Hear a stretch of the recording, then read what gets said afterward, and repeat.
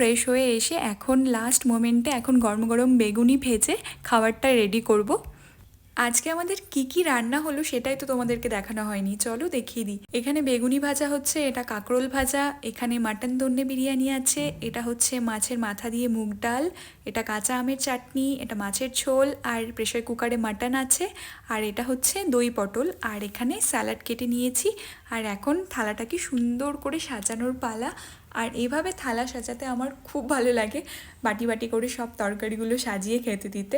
আর এভাবে কেউ যদি আমাকে সাজিয়ে খেতে দেয় সেটাও ভালো লাগে, কিন্তু খাওয়ার থেকে বেশি দেখতে ভালো লাগে। গরম গরম বেগুনি ভাজা হয়ে গেছে, আর এই থালাতে আমি 3 রকম ভাজা দিয়েছিলাম, বেগুনি, কাঁকরোল ভাজা, চিপস, আর এখন সব কিছু সুন্দর করে সাজিয়ে দিই। যাই হোক, আমার রান্না করতে কিন্তু বেশ ভালো লাগে। এতগুলো রান্না আমার একার পক্ষে করা সম্ভব হতো না যদি না আমার বর আমাকে হেল্প করতো অনেস্টলি। আর এই হচ্ছে আমাদের সেই বন্ধু যার কিছুদিন পরেই বিয়ে, আর যার জন্য আজকের এই